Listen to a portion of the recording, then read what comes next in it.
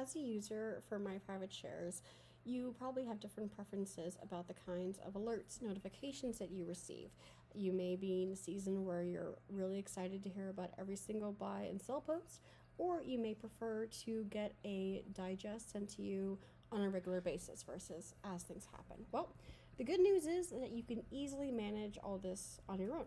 If you go to click on your name and then click on settings, go to notification, you can choose to do just about anything you want here with these alerts. You can choose daily, immediately, weekly, or disabled for any of these potential options, whether it's about post notifications, new documents that have been uploaded, or new messages that have been sent to you, unread message reminders. If you've gotten a message from someone and it's been a few days since you engaged, we can remind you of that as well.